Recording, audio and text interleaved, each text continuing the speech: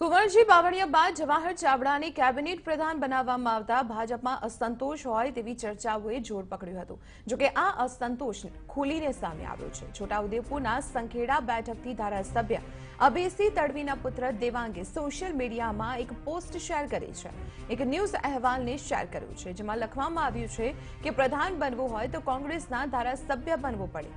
દેવાંગની આ પોસ્ટને ભાજપના કાર્યકર્તાઓ લાઇક પણ કરી રહ્યા છે। આપણે જણાવી દઈએ કે દેવાંગના પિતા અભયસિંહ તડવી સંખેડાના ધારાસભ્ય છે। એટલું જ નહીં, દેવાંગ પણ રાજનીતિમાં સક્રિય છે।